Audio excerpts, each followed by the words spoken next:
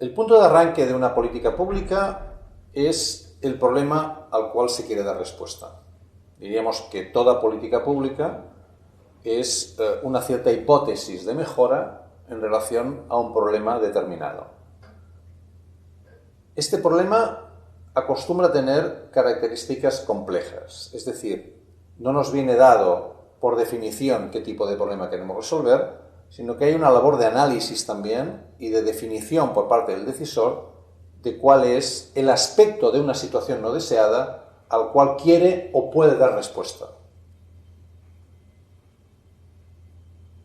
Imaginémonos el tema de los accidentes de tráfico, que normalmente se considera un problema, una situación no deseada. Las razones que explicarían que eso sea un problema pueden ser de diversa índole, de carácter económico, político, ideológico. En general, lo que en todos los países se considera es que es un problema que tiene que ver con la vida de los ciudadanos y al cual se tiene que dar respuesta. Pero en cambio, no podemos dar por supuesto que definir como problema los accidentes de tráfico nos va a dar automáticamente un tipo de política pública. Tendremos que ver los factores que rodean ese problema. Por ejemplo, exceso de alcohol, incumplimiento del código de circulación, mal estado de las carreteras, obsolescencia del parque automovilístico, malas condiciones técnicas de los vehículos, condiciones orográficas o de tiempo excesivamente malas en ciertos países. ¿Qué escogemos, no? ¿Por dónde abordamos este tema, no? De entrada tendríamos que ser conscientes, ¿no?, que el director general de tráfico de un determinado país no tiene todas las competencias en su mano. Es decir, no puede arreglar las carreteras porque esto depende de otro ministerio. No puede, digamos, prohibir el alcohol porque esto también depende de otras condiciones. No tiene influencia sobre la forma en cómo se construyen los vehículos. Evidentemente no puede modificar la orografía de un país o el tiempo de un país. Al final, un director general de tráfico de un país determinado lo que tiene en las manos es el código de circulación, la policía que controla el tráfico y las multas y las sanciones que puede hacer. Evidentemente puede incorporar controles de alcoholemia, puede pedir a otros responsables políticos que modifiquen las carreteras, que cambien la legislación sobre industria del automóvil, pero esos recursos ya no los tiene en sus manos, sino que dependen de otros. Por lo tanto, estamos hablando, en muchos casos, que definir un problema en relación a una política pública es pensar en los recursos que ese decisor tiene en sus manos y pensar en el proceso que puede conducir a una mejora del punto de partida. Dicho de otra manera, definir un problema es pensar las alternativas de solución.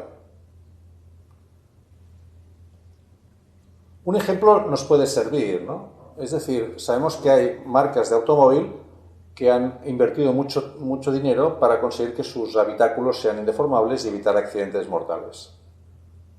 Una posibilidad sería imaginar que hubiera una legislación que hiciera obligatoria esa técnica en todos los tipos de vehículos. Por lo tanto, que obligáramos a tener barras laterales anticolisión, que hubiera ABS obligatorios en todos los automóviles, airbags también obligatorios, etcétera, etcétera. ¿Por qué esto no se da? Es decir, si nosotros priorizamos el que no haya accidentes de tráfico, ¿por qué los gobiernos no, digamos, implementan este tipo de opciones? Porque saben que la industria del automóvil va a reaccionar negativamente, porque esto implicará aumento del precio de los automóviles y, digamos, el precio frontera típico del primer conductor, de los conductores jóvenes que quieren comprarlo a una cierta cantidad, se vería incrementado. Reduciría el número de ventas y esto tendría también efectos en el número de trabajadores que trabajan en la industria del automóvil. Por lo tanto, incluso los sindicatos y no solamente los empresarios estarían en contra de esta opción.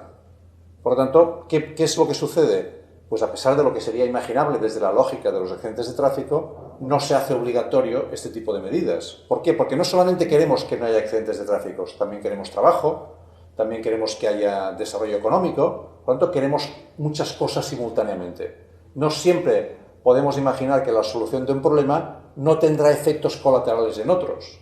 Por lo tanto, el decisor tendrá que pensar qué aspectos de esa situación no deseada es capaz de plantear como respuesta a partir de los recursos que tiene, de los recursos de los demás actores de sus competencias y de sus posibilidades concretas, ¿no? Al final, ¿qué acaba pasando? Que un decisor piensa no solamente en la situación no deseada, sino también en el proceso que puede conducir a una mejora de esa situación.